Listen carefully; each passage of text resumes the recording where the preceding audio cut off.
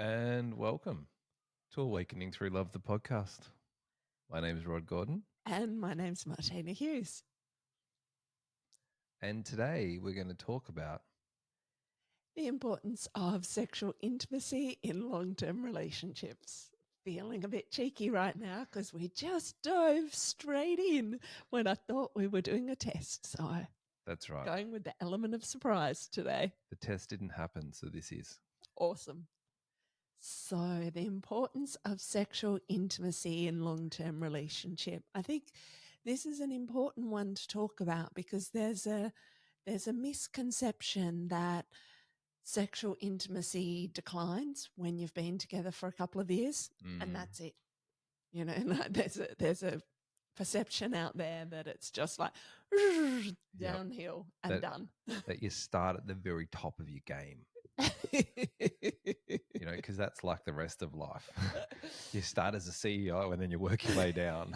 It seems to be the only area in life where we start at the top and end up at the bottom. So something's missing. Yes. And this doesn't add up with the rest of life's, way that it progresses or works. No. And of course, in the beginning, people are fueled by hormones and excitement and like the desire's high because typically people have been like single or previously in an unhappy relationship. And all of a sudden it's like, oh, this is new and it's exciting and there's desire and there's lots of energy, but also there's lots of showing up and being really present and available to each other, all of which allows for that sexual energy to pop. Absolutely it does. And just the possibility and the curiosity about like meeting someone new, like curiosity is something that's easy to fall away over time and needs to be cultivated intentionally the longer the relationship goes on, in my experience. But curiosity is really important to it. It holds our attention on the possibility of the other, and that makes space for their own possibility.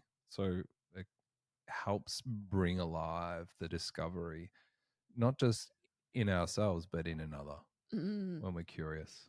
Yeah, absolutely. Curiosity.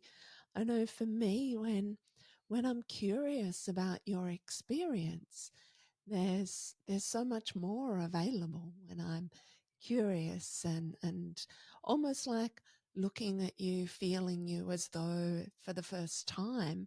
And we've now been together almost 8 years. I was going to say ages.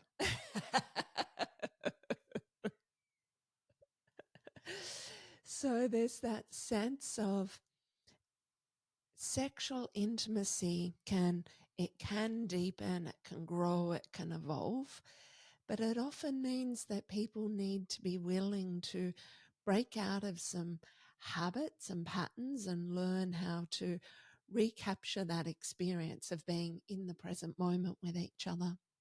Yeah, I think anytime we start out on a new adventure with someone, there's naturally, all the excitement and naturally all the curiosity. But in every other part of life, when we start out on something new, we're at the very bottom, we're at the beginning, not at the end. And so that means that there has to be somewhere to journey to. Yes. And so in the beginning there, the possibility of our sexual love and sexual energy and how that works with each other is actually in its infancy. And it's at the starting point, and it can actually build and get bigger and better and stronger from there instead of deteriorating. And I'm sure there's a lot of people who have some intuitive sense that their connection could be better and deeper and more beautiful, but often don't know how to go to those places. And often I think that the intimate side of life, intimate relationships, sexual intimacy, but even emotional intimacy, those things are not prioritized. And so that's when the habits and the closures creep in. Yeah. And I think like most people don't come to see people like us until they're in trouble. Like we have we do have clients who decided they want to create a conscious and intentional relationship and change the patterns for their children. Yes. There is people that are looking to do that kind of work, and it's them in lots of ways that'll get the most benefit because they'll go deeper. Like there's so much more than conflict resolution available for intimate relating. Absolutely. Whereas I think most people assume that you don't seek out support or guidance unless there's a problem. Whereas really, it's like, what is it that you want to create? Like as an intimate relationship, as a foundation, like how do you want to live your relationship? How do you see that in the future as your ideal? How do you see yourself sexually in the future as your ideal? Like then how do you begin to create that now in this moment and allow that intention to guide the relationship rather than it being some unconscious thing that's going to manifest itself and reveal itself to us, which it will do anyway. But it's important to have some input into that and not be just abandon any efforting or any attempt at all to make a conscious effort for it to create something specific. And so it's kind of both. It's like I want to create exactly this thing and I'm totally willing to let that go and it be whatever it is. Yeah, it's quite a paradoxical resolution, but if you can reconcile those two opposite points of view, then that allows for a deep intention and the unfolding of the journey together. And what do you see as the things that cause sexual intimacy to decline over time? Well, I think that false belief that it does Mm-hmm. gives it permission and space to actually do that. But in lots of ways, lack of skill and lack of awareness. And when I say that, it's not a criticism, but no one's teaching people how to skillfully relate to each other. No one's teaching men what women need in a relationship, what they want, what they desire, how to show up in a way that will allow her to feel loved and safe and supported and held and then want to open towards you emotionally and sexually. So there's no awareness around those things. There's no skill around those things. Most guys think that they need some kind of, technique to warm their woman up. But in the deepest truth is that what what opens a woman sexually is like who I'm being as a man is what impacts her world the most and impacts her sexually. It's not a technique that you need to know or a sexual skill. Like it's not sexual gymnastics. Like you can do all that sort of stuff, but it'll always leave some kind of residue of emptiness or loss or something's missing. So you can explore that to the end of the earth and it won't. You can touch all the different external desires, but it won't touch you deeply internally, which is where that longing and yearning for more comes from. And so I think, you know, to to have some skill and awareness around how to be in a way that evokes love from my partner, that's probably the most valuable place to begin. And it's so counterintuitive. Like the deepest thing I think a man can do to begin is to one, learn to become more present, so to become still inside and to become available. And so his attention's free and liberated, not fixated on thoughts or whatever's arising in his mind or troubles in the world around. But then also within that, as he's becoming more present, learning to become more trustable because it's who we're being that impacts her. If I'm lying, if I'm deceitful, if I'm saying one thing but then do another, that contraction of distrust that creates in a woman's body is enough to close her down sexually. Because there's so much, I think, vulnerability for women, like sexually, like they're allowing a man inside their body. Like that's such a vulnerable thing to do. And so for if it's that vulnerable, then it also feels, if I'm feeling really vulnerable, I'm also feeling really unsafe. And so I need to be held. There needs to be delicateness and tenderness and gentleness and kindness and love in that space. And it's those qualities of love and care and sincerity and gratitude and appreciation, as well as loving presence and trustability. Those things are all going to open a woman sexually more than anything else in an intimate relationship. And most people find that really confronting to some degree. Yeah, I really love the way you described all of that. And there's one piece I'll add because I feel like it's probably not on your radar, but I know I've seen it in other people, and that is that when a man is chasing his own gratification sexually, that's the other thing that will close a woman down and cause him to be feel untrustable to a woman.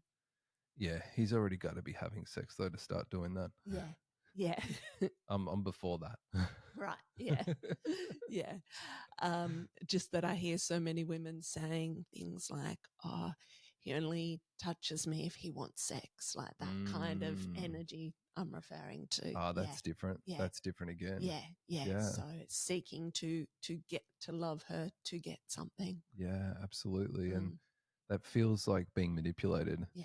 rather than being invited into a sexual experience Yes. or evoking sexual desire in another person, Mm. which is a way more skillful thing to do. Is if I can be in a way that creates arousal in your body, Mm. then you already want to have sex. I don't need to convince you or come up with some technique or strategy. Yes. It's already online. It's already available. It's here now.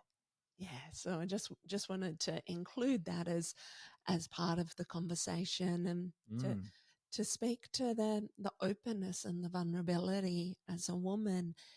It is to open sexually and offer our bodies to somebody is the most beautiful gift, and it is something that is really precious and sacred. That sense of opening up to receive somebody sexually. And a lot of times what I see is that sex is treated somewhat like a commodity in relationships rather than being honored as a sacred, intimate experience that can take people deeper. And one of the things that gets in the way for women, and you know, I've experienced this as well, is when when feelings are not flowing, when a woman's not emotionally current, it's like these feelings and emotions end up stored in the body and shutting down that sexual energy. So part of the reason that women end up over the duration of a long-term relationship feeling less and less sexually open is because there are things they've stored in their body. There are things that they haven't allowed themselves to feel, to express, possibly hurts in the relationship that have gone unresolved, that then leads to a woman's closure sexually. And so women need to take responsibility for being able to express their feelings in the moment so that it doesn't lead to sexual closure. Or if the sexual closure's already happened, then she needs to learn to excavate those feelings and resentments and hurts stored in the body. Mm. So I think it's a really big piece of work for women to excavate, particularly if there has been long-term closure in sexual intimacy. Can you speak to that work for women of unpacking those resentments? Yeah, it can be confusing and hard to see how the emotions stored in the body impact the light, the fire, the sexual desire. But if you imagine, if you've ever moved house, and if you fill a room full of packing boxes, so you're putting stuff in, at some point, if you pile it really high, when you walk in and turn the light on, the room's not very light. There's Mm, no space for that light to come through because the room's so full. And in some ways, that's like as the emotions get stored in the body, they fill it up. mm, And there's no room for that fire, that sexual desire to light up and come through the body. In fact, the fear that can be present in the body, the fear of being hurt, the fear of not being seen, especially sexually, when the vulnerability and open, and all the times that that's happened, and all the hurts and pains of those past experiences are there. The fear lights up mm, and grips, and so healing that, it requires a conscious effort to recognize that, oh, my sexual desire isn't very strong at the moment, but can I allow him to open that? Can I allow my sexual desire to build? Can I give myself permission to feel that even though I'm afraid to go here? And so it's a constant leaning in to discomfort, but it's a gentle leaning in. It can't be forceful. If it's forceful, it feels violent. It's like penetration without invitation is violent. So it's self-violent. It's violent towards self to, for especially for a woman to push past her fears sexually. So it needs to be a gentle leaning in. And if it's with both partners, it needs to be gentle and slow. She needs to be loved to sexual wholeness, not forced or pushed, because she won't get there. There's nothing about the feminine or omega that can be forced. If you, anytime you try to force a woman to do something, she's going to close and contract. And it's the true for anything feminine. It's like you can't force nature. Like when it pours rain, you can't go outside and go, stop it, stop raining now. It just doesn't work. She's just, the big woman's going to laugh at you. And so it's the same with a woman. She's kind of like a flower. So you can't force a flower to open. It just opens as it opens. And so a woman needs to treat her own opening the same. So it can't be forced. It can't be pushed. It needs to be loved and nourished. The same as the flower in the garden. It needs to be watered. It needs to have nutrients. It needs to be looked after. It needs to be in a safe space. If it's, cars pushing past it every day, it's probably just going to break off. There's no part of that flower wants to open. If it's got starved of water and nutrients, also not going to want to open. So when a woman can look at her own opening as this delicate flower of love that longs to blossom, and when she can feel that part in her body and connect with that, then she needs to love that part and use its opening to guide her attention and her feelings, her emotions, her way of being in the world. And what I mean by that is as she starts to open, you'll notice like certain things feel like an opening and certain things feel like a contraction or a closing. We need to start to notice those. What creates more openness in the body? Then we want to guide our awareness to more of that. And what creates contraction? We want to work with that so that we understand it more fully. Where's it coming from? Why? What's the truth behind this contraction? Find those things, and then we slowly start to unpack it. And that creates a really gentle unfolding. There's a constant opening of space as we clear out the emotional debris and the feelings and the hurts and the wounds and the traumas that are there. As they're cleared out, there's more space. And in that space, there'll be slightly more openness. And we have to keep allowing that and keep leaning into it. And there'll be times where you don't want to, there'll be times where you prefer to close or shut down. And we have to be willing to lean into those and not create more of those closures and shutdowns in the body, further locking the body. And the paradox of this is as we open, even as men, we become more sensitive, which means we feel more, which means we notice more, which means we have to learn to be with more pleasure, but also more pain and discomfort, more hurt. And so it can even feel like we're not going anywhere, which we're probably not, but it can feel like we're not going anywhere because as we get more sensitive, we have more and more stronger feelings. But it's not the intensity of the feelings that changes as we awaken or we open. It's not the most important thing. It's whether or not we react to the feelings or that we can be with the sensations, the feelings, this new level of sensitivity. If we're not available for that level of sensitivity and we react to it, then that reaction creates closure in the body. That is closure in the body. I feel intense feelings and I act angrily.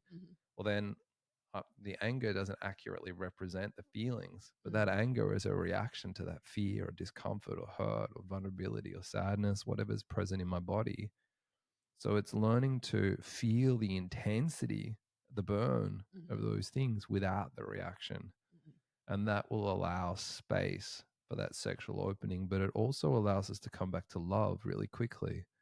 if I'm willing to be open and lean into my own vulnerability and discomfort instead of lashing out with blame or accusation that, oh, I'm feeling hurt and uncomfortable because you've done X, Y, Z or said X, Y, Z, if I'm willing to just go, oh, wow, that hurts. I'm just going to sit with that discomfort for a minute and feel it. There's already a safe space now for that feeling because I've made it internally, which then allows something to change externally, because now I'm being with the sensations instead of reacting to them. I'm already more intimate with the feelings. I'm already going deeper. There's already more space in my body for my own emotional experience, but then also your emotional experience. So allowing it to breathe, and it's a slow process. Yeah. It's not fast. Yeah. And if I just feel into that, what often happens for women is there's often been so many times when a woman has bypassed her sensitivity, or she's experienced her partner bypass her sensitivity, or there's been times where her sexual openness, perhaps she's pushed it, perhaps her partner's pushed it. So instead of a woman like feeling that natural sort of blossoming open into her sexuality, it can become smaller and smaller and smaller and harder for a woman to connect with. So as this process of unpacking the feelings, making space, as Rod described, then there's the possibility that sexual energy can start to move again. And it's important for women to allow space for this in their bodies, to be curious about what's happening in their bodies, but also to start to actively work with her own body for moving the feelings and being able to access sexual energy, so that as she brings that through her body, then the sexual energy will grow and build over time. I think one of the hurdles that often happens between men and women is that typically men are quicker to sexual arousal and women are slower to sexual arousal. And I think in a long-term relationship, this is part of where the sticking point can come up, because the man's like, I'm ready to go. And the woman's like, maybe, and I've seen this where women feel uncomfortable like expressing that they need more time, so then they don't share that they need more time or that they want something else. And so this difference in arousal times, I think it's worth expressing and speaking to. What are your thoughts on that? It's simple. What's that? So I'm not ready yet, but I'm open for you to warm me up. Yeah. And like that's clearly something that you could say, but the deeper truth is that, like, for men, it's how I'm being that determines whether you're sexually open and available or not. But just for the men out there listening, if your woman's not sexually available or open, that shows you something about how she's experiencing the relationship and how she's feeling at the moment. And so one way you could interpret that information is that she's not feeling loved enough by you. So the Omega feminine heart longs for and yearns for love connection. And if she feels loved, there's a connection between the heart and the cervix. The cervix is the reflexology point for the heart in a woman, and in a man, the head of the penis is the reflexology point for the heart. So when we make love, when the head of the penis and the cervix are coming into contact, we're as heart to heart as two humans can be in that moment. We're really making love in that moment. I got lost in that. So you were reflecting on how a woman's sexual openness will reflect to a man how That's he's right. being. Yep. Thank you. For anyone who hasn't heard the other episodes, I have a brain injury and I tend to forget stuff, even mid sentence, like I just did then. So it's how much a woman feels loved determines how sexually open or available she is. Now, some people are naturally very sexually available and their heart's very closed. And in some ways, it can be the reaction to the closure of the heart. The energy's all moving to the genitals. But what we want to do is take notice of that. If she's not there, we need to be cooking her and all day. Like what she needs in the relationship is to be bathed in your love, to be constantly feel your attention and your loving attention on her, that you see her, that you feel her, you notice her, that she's important to you. And it's having all that embodied so that she feels it without you having to be like, I'm not saying you sit there and go all day like, I love you, you're the best, you're amazing, I love you. I'm dying a bit right now. Yeah, it's not about that, but it's about how you love her. Does she feel deeply loved? And one of the things that we teach, like in our work, is one, is that our intimate partner is sacred. So I treat Martina as sacred. She's not the butt of my jokes. Maybe sometimes if I'm being really funny, but that needs to be done really skillfully so that she feels a part of that. Like one thing men love to do is make fun of their woman, but really you need to make fun with your woman. She needs to laugh, not be the butt of your jokes, which creates hurt and pain and closure in her body because she feels pushed away, unloved or unlovable. It's anything that looks like it could threaten love connection in any way will feel like pain to her. So being the butt of a joke means like, oh, but if he's saying that about me, does he love me? That's what's going through her mind. That's her body shutting down. So we need to be in a way that constantly lets her know that she's sacred, that she's important. So we don't do those kinds of things that put her down in any way, shape, or form. We make sure that she knows how deeply that she's loved, that she's appreciated, how grateful that we are for her having her in our life. And we don't say these things, we live as though they are true, so that there's this constant feeling being pressed out of my body of gratitude and appreciation and love for your presence. The other thing that we do in our work is that we assume that whatever our partner says is 100% true. Now, that's going to freak a lot of people out, so I'll say it again. We assume that whatever our partner says is 100% true. So if Martina says something to me, I assume that it's true and I start to look into how. How is that true? And if I can't see it, how's that true from her point of view? And so how I'm being, how I'm loving her is what creates that sexual openness. Because as love starts to move through her body, for a woman, she can't just sit there with all that energy moving through her body. It's not going to happen. It has to go somewhere. She wants to direct it. She wants to share it. She wants to connect with it. Now, the person that she does that with is you. So if sex is offline in the intimate relationship from a woman's perspective, for the man, that informs you that she's not feeling loved in the way that she needs to. Now, don't listen to this and go home and go, hey, you're not being loved the way that you need to. You know, tell me how you need to be loved and I'll love you that way. Because she's got no idea. So you have to work it out. And men are incredibly sensitive. We can actually feel, what our woman's a yes for and what she's a no for. If you've ever had your mate say, hey, let's go and do this, the first thing that comes up in the mind is, oh, yeah, the missus is going to be a no for that. You're already dialed in some level. So you want to refine that gift and feel into that a little more and really start to intentionally check in. Would she love this? Yes or no?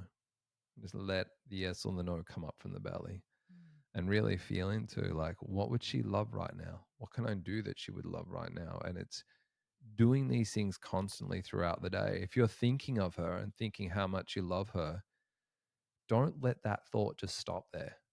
Send her a message, let her know, touch her, express that love in some way, show it. Most men will go, yeah, that feels good, and keep going about whatever they're doing. But what we need to learn to do is to train our bodies is to let that expression of that feeling come out of our body somewhere. It doesn't have to be out of our mouth, but through our actions and who we're being. That informs her that she's loved. But if we just have those and keep them to ourselves, that's not usually enough for her. But if she feels us loving her, that our attention's on her and with her, that we see her, that her feelings are important, those are the types of things that are going to open that desire in her to be sexual. And then once that's open and she feels loved, her sexual desire will be way, way stronger than a man's. And so, when's the right time to have sex or whatever? How do I initiate all that? That leaves the relationship. You don't have to worry about that anymore because her desire is just going to be right there. So this I'm not ready for sex is gone because what we're doing is we're cooking her in her own juices all day, just simmering her with love.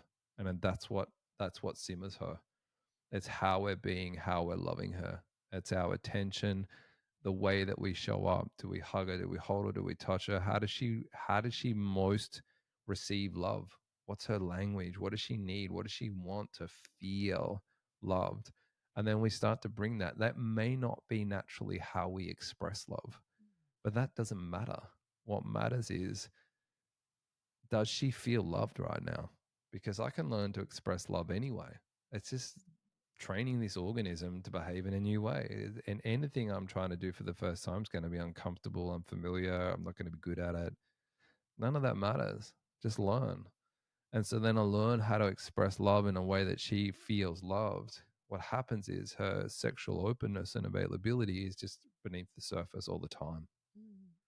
And really, I want to underline that point of like giving giving a woman the love that is the love that she wants to receive rather than the love you want to give, and that works both ways as well. That if I'm giving Rod love, I give Rod love in the ways that Rod wants to receive rather than just what I want to give. So then it's the giving of love is a gift for the person who's receiving it. And I think that's really important. One of the things, like, we have a life where we have luxury of time and space, and we both work from home together. So there is that sense of being able to marinate in love in when we're, in between work and so on. A lot of people that we work with, though, are busy with children and careers outside of the home and all sorts of busy things going on in their lives. So do you have any suggestions for people who, men who are like, oh, well, in amongst all the busyness of school lunches and taking kids places and getting to work on time, how do they show up for love? What are the suggestions you'd offer to those men or women who don't really think about love and sex until they're in the bedroom, by which point it's actually too late? Yeah, they're exhausted by then. Yeah, yeah. Yeah, yeah. Anything that takes pressure off her nervous system is a way of loving her. Mm, So if life is really busy with kids, and it can be, I'd also get really discerning. mm, Like, I notice these days that parents are often quite busy. Like, kids will do, like, when I was a kid, you could choose football or you could choose basketball, maybe tennis, and you do one sport. Whereas these days I hear of kids doing football, basketball, martial arts, surfing. They're doing all these things. mm, And in some ways, like, there's no downtime for that child. They don't learn, the nervous system doesn't learn to rest or unravel or unwind. They get adrenalized and they're chasing the hype, but they're just being trained to.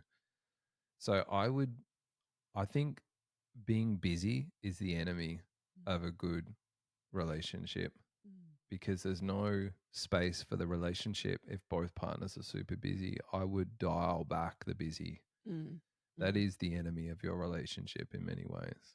Yeah, And it's a lack of boundaries and yeah. discernment. So real clarity on what's the most important thing, for your child and for your family and your partner and your relationship. And usually that's going to be time together of some Mm, description, mm, and so, like, I know for men, they're going to need to have time and space on their own, space for their friendships, space for their children, space for their intimate mm, relationship. Not mm. necessarily in that order, but Yeah. they're the basic Mm, things. And so if one of those is being sacrificed, that domain will suffer. So Mm-hmm. if you sacrifice your personal time or time to yourself, all the others will suffer because you'll resent your woman, you'll resent your children, because you'll resent your work, and purpose, whatever you're doing, because everything's an effort. Mm-hmm. Everything's like a withdrawal from the bank account of love in your body. Mm-hmm. It needs to come in before it can go out. And so it's where the airline's got it right. You got to put on your own mask first. So both partners need to have awareness around all those domains. And if you've got too much on, it's like some of it needs to go. Mm-hmm. It's not a case of like just work through that. Like something actually has to change. There needs to be time and space even for the families just to sit and watch television together. I know it's not doing anything specific, but it's everyone in the room having downtime together, Mm-hmm. and they're co-regulating their nervous systems together. Yeah. When a group's in a room together, people are regulating their nervous system to each other's. Mm-hmm. And so that does something in the body, and it creates that feeling of connection. It's like, oh, this is a safe place for me to unravel. Oh, when I'm with my family, I relax. Like we're training the nervous system, and anyone who does a lot of sport will know that recovery is the most important part of training. It's not lifting the weights or doing the activity, it's recovering enough so that you can do the next activity. And in some ways it's the same here. The recovery is the spaciousness in the relationship, Mm-hmm. the spaciousness in your life. If you're working too many hours or more than one job, and you've got kids and they've got sports to do and all these things, it all needs to be teased apart and slowed down. The modern example of family life is terrible for families. Mm-hmm. Yeah. So I would literally change it, Yeah. especially if they're too busy. Mm. Stuff has to go. Yeah. And it's it's one I was talking to with a client recently. Being a man of integrity often doesn't feel good. It doesn't feel good because you're going to have to say no to a whole heap of stuff. Like, in my relationship, Martina's, the most important thing. So, if someone wants to do this and then you go here and then go camping there and do that, and I'm going to be busy for the next 4 weeks, and it's like, nah, she's going to be suffering at home alone. Like, I'm going to need to say no to some of these things, and I'm going to feel the hurt and the pain, and I'm going to feel the loss, and that's okay. That's normal. That's how it feels to be a human. It hurts to be a man of integrity. So you're going to have to say no to things. Sometimes it's going to be no to stuff with friends. Sometimes it's going to be no to family, no to your wife, no to your children. But we have to learn to create space. We have to become good with boundaries. The other thing that just came up in terms of being able to create moments of intimacy, even amongst the busyness, would be to even just a moment in between, having eaten dinner, packing the dishwasher, say, a moment where it's just like eye contact, a breath together, a hand on the body. So there's a sense of, oh, we're here, we're together. There's a sense of pausing to feel each other. So, and like sometimes Rod might walk past me, and I could be busy, but he'll just like caress my back in that moment. It's like, ah, thank you. It's like just feeling even brief moments of touch, connection, intimacy with a sexual flavor can just like reignite that connection. So it keeps that sense of being what you would describe as being cooked in the juices, or Mm. the way I might come up to you if I can see that you're busy or you've had a really full on day, and I'll just caress and rub my body up against the front of your body. So it's like a little, might be a 30-second like showering you in feminine love as I caress up against the front of your body. So there's little ways to play and bring energy to each other in micro doses throughout the day as well. Yeah, absolutely. And I think too, if you're going to do that, like, um, you can do that through, if you've meditated throughout the day, you can just set the intention to fall back into that state when you were meditated, and then feeling that state of presence, then go and touch your partner, give them Mm. in that way, send them a message of love. Just anything that your partner will notice that your attention like is on her, Mm. that will work. Yeah, something that feels like the heart's been touched. I know for me, it's like, I'm seen, I'm loved, but then also my body feels safe that I'm not just operating solo in the world in Yeah. those moments where I feel your love coming towards me in those ways. Yeah, anything that lets her know that you see her and that you know that she's there. So touch, anything physical is really good because touch is just, like Martina said, walk past, caress her shoulder or her back, then just keep going. Like just offering of love and then keep walking.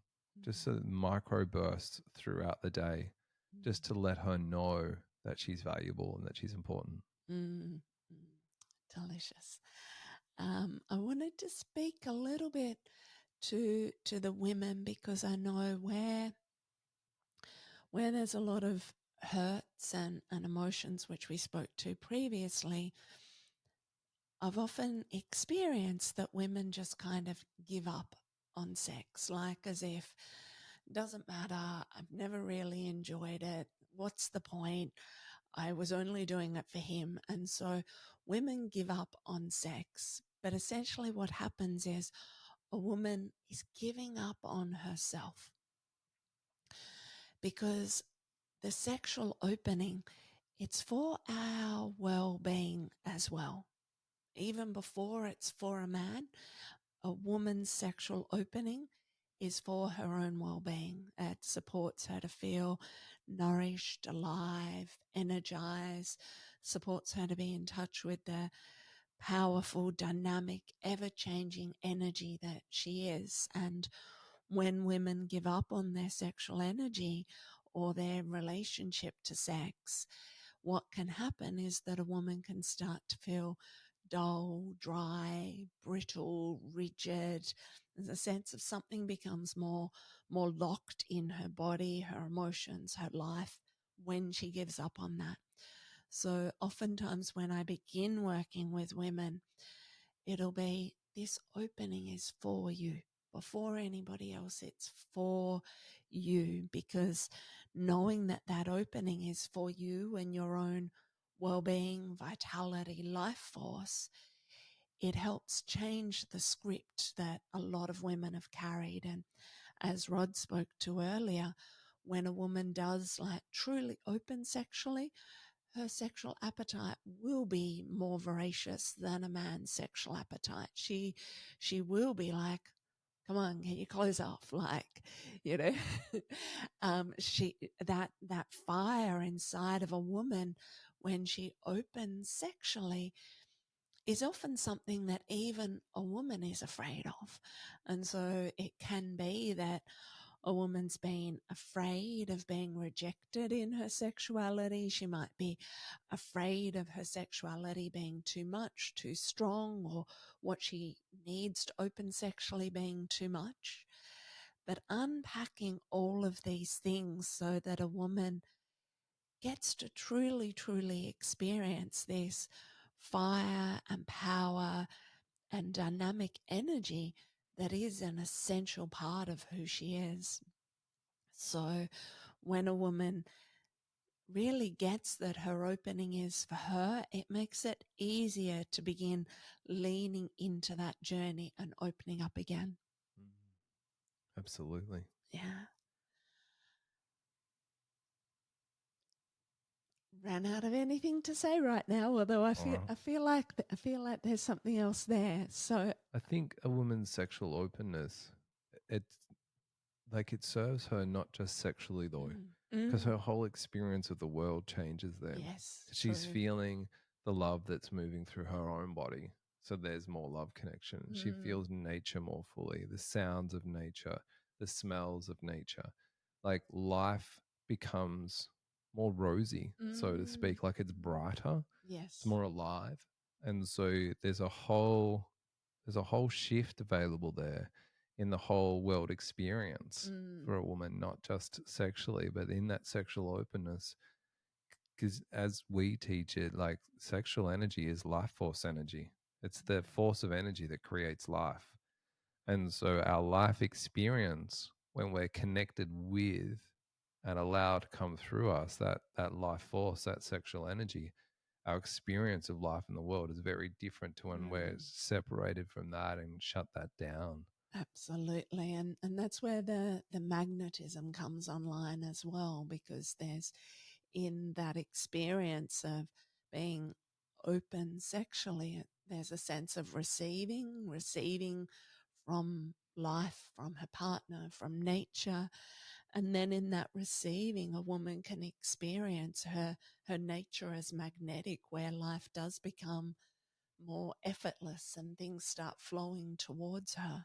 Yeah, one of the things I notice in my body is when a woman's open, is it pulls my attention, Mm. and that attention, like it doesn't have to be sexual, but the attention gets pulled, and so Mm. it's like, how can I be of service? What do you want? What do Mm. you need? Like there's this pull. So that Yes. magnetism, I know for me, opens up something in my body, but brings forth the desire to be of service. It Mm. evokes that from me, that sense of wanting to, be loving, to Yes. be supportive, to, how can I show up to you right now to be there? It's a really powerful and beautiful invitation, but Mm. it's a form of inspiration. Like for me as a man, is to feel that openness. It's like, oh wow, there's this desire to be of service to that. Mm.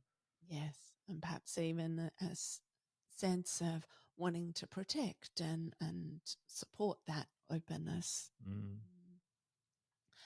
One thing we haven't spoken to, and I'm not sure if we've spoken to this in past episodes, but the importance of sexual intimacy for a man, Mm. for that sense of his love being received. Can Mm. you speak to that? Yeah, like I've been in a lot of relationships that have had, sex shut down or turned off, so to speak, like however to frame that, from my partner, and it it's a horrible feeling. Like the feeling for me is I feel unloved, unwanted, not desired, worthless, discarded, and that my love's unwanted. So there's this real. It almost feels like shame, but this putting down, having my desire or my love, unwanted in that way. It's such a deep pain, and it's, I think already for men, I know there's a lot of men out there that have done the wrong thing, but there's more men out there that have done the right thing. Mm. And so, as a man, there's this deep sense of not wanting to be a perpetrator or, as someone who's going to hurt women. So there's this strong disconnect and shutting down of the sexual energy, and that hurt and that pain that of having my desire unwanted, it it creates such deep resentment in my body towards Mm. my partner. But that part of like how a man expresses his love is out through his genitals. Mm-hmm. Like the polarity that exists between a man and a woman, that sexual spark, also exists in the energy centers. And so the energy centers are all polarized in a man and a woman. And so the heart center for a man is a negative receptive energy center. So men will receive love in through the heart. But so many of us men have been picked on for having feelings when we're younger, or there's no space for men's feelings in society. So we cut that off because Mm. it hurts so much. We don't want to cry and be emotional and all upset because we think that's not a good thing. So then there's this disconnect from the heart.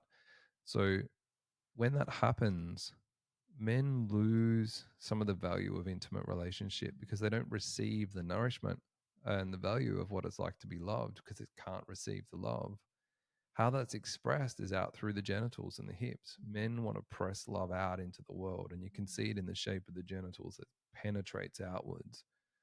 So, a lot of men's sexual desire is tethered to their desire to express love out into the Mm. world. Now, that's not deeply understood. So, because it's not understood, you can see it play out in really skewed ways.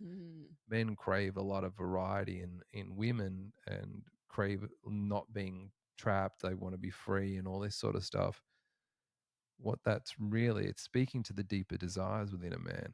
Man does have a deep desire for freedom and he has a deep desire for variety. Yes. But if you really dive into the depths of what's available in a woman, she wants to be all the flavors, she wants to be all the feelings. So there is a natural reciprocal there, but instead of seeking out a lot of different women, men need to learn how to evoke all these different qualities of love through my woman. Like how do I evoke fiery dominatrix? How do I evoke sexy librarian?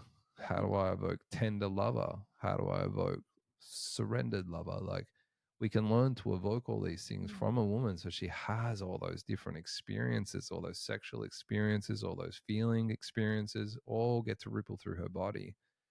And so that impulse for me to press love out into the world through my hips is definitely skewed as a young man. But as an adult, like committing to a woman in the relationship, and it's like, you're my chosen woman. I'm not going to have sex with any other woman.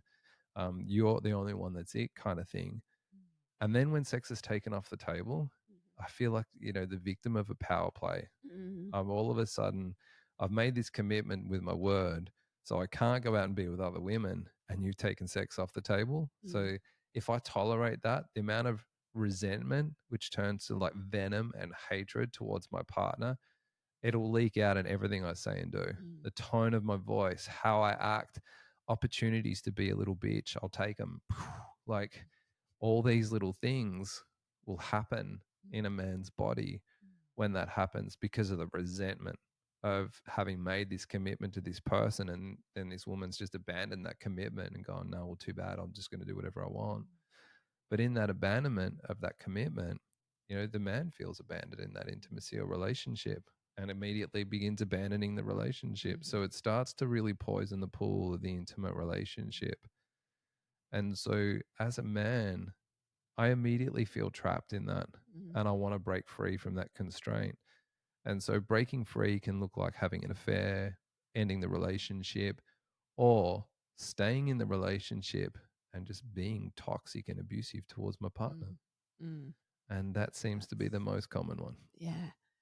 And yet there's another way, which of course is what you were describing at the beginning. It's like coming back to being present to evoke love.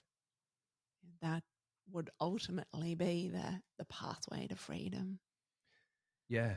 Yeah. For a man to reframe to, how do I evoke love? How do I be love? How do I show up here even though I feel rejected or abandoned? How could he evoke love? I think when it comes to sexual energy, is men need to learn to also be able to feel their own sexual energy, their sexual desires, without making their partner responsible for them. For a man to own his sexual pleasure, his sexual energy as an individual, so that that energy is alive in his body and he's not just projecting or dumping that his partner has to be a particular way with it.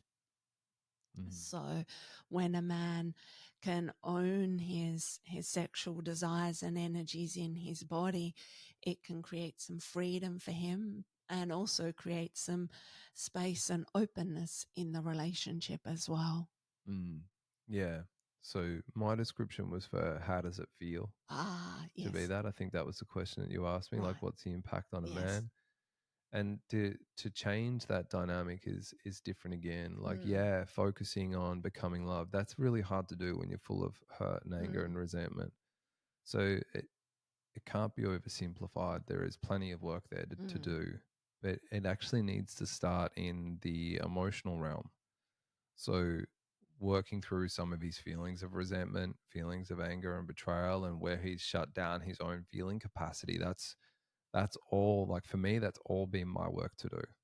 is I've had to dig into if I feel resentment or I feel angry or bitter or jaded or in whatever way, they're my feelings in my body. They're my responsibility. So it's to turn Mm. around and do the work that needs to be done to allow that love and gratitude and respect to naturally begin to come back online, Mm. because it can't be forced or faked. You can't just start acting loving towards your partner when you feel burning hatred and resentment. Mm. So that needs to be worked with first. And so the pathway out of all those things is to start to take responsibility for my feeling state, Mm-hmm. but also take responsibility for your feeling state. Mm-hmm. So to start to move towards both things at the same time, not one or the other or one excluded by the other. And then one of the things I would say to a man is to learn to meditate, Mm-hmm. because the meditation is, it's such a profound thing. They've been doing it for thousands of years. It still hasn't caught on for men, but it's the one thing that will create spaciousness in a man's body. So that feeling of being trapped, which permeates much of our human experience, can only be met when we can find freedom internally. And in many ways, freedom's an illusion. But if that desire is there, we need to learn to find it internally. And what that means is that our freedom isn't lost or gained by what's happening externally, which means it can't be taken away or broken or interrupted. So we need to learn to find that. And freedom feels like in the body, like there's space. So if there's space, there's freedom. If everything feels trapped or full, then we'll want to break free from that constraint. So freedom needs to be cultivated internally, and it's a byproduct of awareness and skillful practice. Mm-hmm. And so start there for the breaking free. It's not your woman, her feelings, the lack of sex. It's a making a man feel trapped. It's his lack of awareness of the nature of reality and what's arising in the moment. It's Mm-hmm. all just content. It's not something that we have to actually take on or feel trapped by, but we will Mm. if we don't have space in our body. Yeah. And by space, we need a little bit of time to feel in the moment and let it process and go right through. And that's Yes. what the spaciousness will give. Whereas if we have a feeling and we don't feel it, and there's another feeling and then another feeling, now all of a sudden we're packing them in Mm-hmm. and then we're lost. Yeah. Yeah. So to find that freedom needs to cultivate an internal practice that allows the spaciousness to come online in my body naturally. Mm. And then in that spaciousness, there's more space for your feelings, more space for my feelings, but I can become emotionally current in that and only be responding to what's arising in the moment. Mm. And a man who has that spaciousness in his body is very, very attractive to a woman, because there's a sense of safety with the spaciousness. Yeah. Yeah. And I think in the spaciousness there comes a non-reactivity. Mm. And Mm-hmm. equanimity starts to be cultivated in that space. And what that does is that starts to melt the tension in the body of both partners. Mm-hmm. So, if we can cultivate that freedom from within, we become less reactive. It also allows space for our curiosity.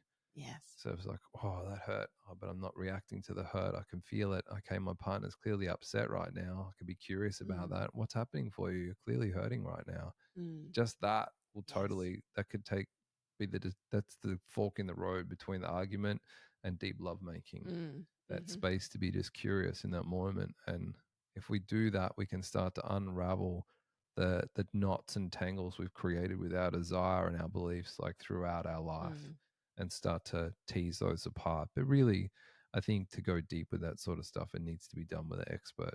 You can't just do that on your own. It's not that simple. No.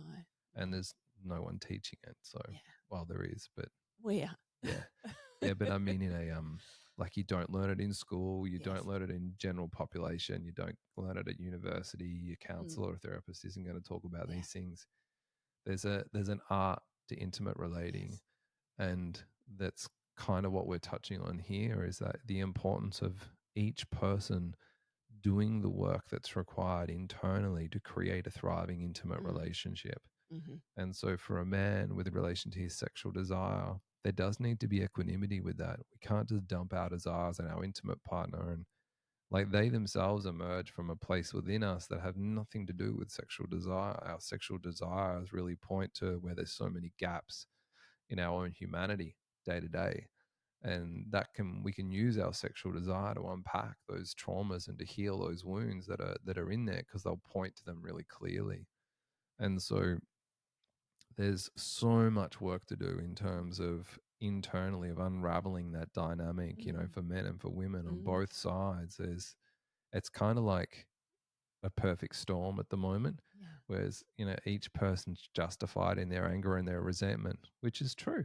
Mm, And that's great if you want to be angry and resentful and carry that into intimate relating. mm, But if we want to go forward, we have to put the weapons down. yeah. We have to be willing to put our wounds down and not allow them to direct our attention and our behavior and our thoughts and our feelings, because whilst they do, we can only create more of the same. Yeah, and very much for, as you've just said there, it's like both people being responsible for the unpacking of the feelings and addressing what they need to address internally, and both people taking responsibility for whether their sexual energy is flowing or not flowing, and what needs to happen to support that internally. Yeah. Mm, Yeah. But there's a lot that both partners mm, can do yeah. to heal that gap. But that sexual energy is so important in an intimate Mm, relationship, mm-hmm, not just for men, but also for women, because, in terms of the energy centers that we're speaking before, like, the receptive center, you can see it in the genitals. A mm-hmm, woman receives love through that part of her yeah, body, through the vagina, through the yeah. hips, expresses it out through the heart, the breasts, pressing Yes. out into the world, pressing love, giving life, nourishing a Absolutely. newborn. Like these are all, you know, acts of love. Mm, And so the body's physicality in some ways points to how we give and receive love, and yes. how we can allow it to flow more organically and more naturally in an intimate relationship. Mm, But I think when we become curious about how our partner receives love, how they give love, what they need to feel love received, what they need, how do I need to give love for them to feel it received? We're starting to shift the dynamic, because we've taken our attention off what do I want? What do I need? How do I get it? mm-hmm. To what does my partner need? What do they want? How do I give it? Yes. And that's an important transition, Mm, because until we're willing to let go of what we want and start to focus on what someone else wants, then we can't really transition into the next phase of intimate mm, relating. mm-hmm, And, so much culturally, people are still focused on getting what they want, mm-hmm. getting their needs met, these Yeah. kinds of things. And it doesn't really go anywhere. Mm, Like, I know that you're looking out for my needs, mm, so I don't need to worry about them. mm. And you remember them way more often than I do. But when I'm on the lookout for your needs, then that part of you can relax. And Mm, then our attention's not so much on what do we want to take from the other person as what do we want to give to the other person. mm, And that's a fundamental foundational shift for the very foundation of the relationship that it's built on. Everything you build on top of what do I want to give is going to be very different to what you build on what do I want to get. mm, And if you focus on what it is that you want to give, there's a beauty in that, because I know for me that when I give love, I feel love. It's like mm, it fills my body up and then passes through out into the person. It's like I get filled up with love as it passes through me. mm-hmm. When I want to receive love, there's like this empty void that I'm trying to fill that you just can't fill. It Mm, doesn't feel the same. So I think there's more love available in the giving than there is in the receiving, but in lots of ways, giving is receiving. mm. Absolutely. Yeah. Absolutely. I know the times when we're doing our practice and I'm receiving your breath, which is kind of at the heart of the practice. It's like in receiving your breath, it's like I'm full of love. I am love. It's permeating. So it's like, yeah, there's such a incredible deliciousness in that is really, I think, often what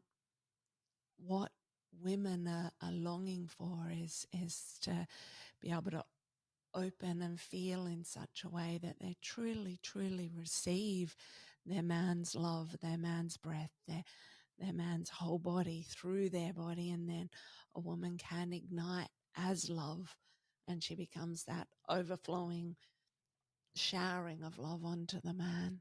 Mm. So, yeah, feels like there's the sexual energy, the life force energy. It can, the current of that, how it moves in an intimate relationship, it can get stronger and stronger with years if people are willing to do some things differently, if people are willing to make some active changes, that it can get stronger and deeper. Yeah. And I think the more that we shift our attention to how do I want to give love, the more safety and security that creates in this space, the more openness evokes in that space, the more desires come online, the more sexual curiosity is present. And then it's like, oh wow, there's a lot happening here now. Okay, oh, I want to try this, I want this, I want that. All of a sudden, the space has to get bigger and bigger.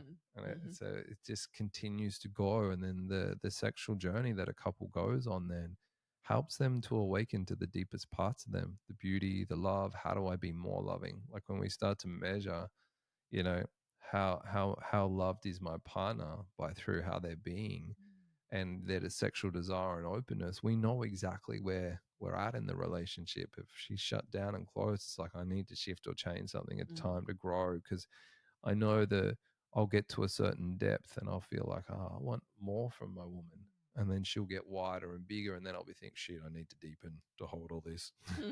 And that just keeps happening. So the journey is so delicious. I don't know that there's a destination, but it's so delicious once you start to take this journey. Yes. Yeah. And then the challenges become opportunities for growth. It's so, for me, that's so beautiful that, through love and through sex and through intimacy, I can grow and awaken.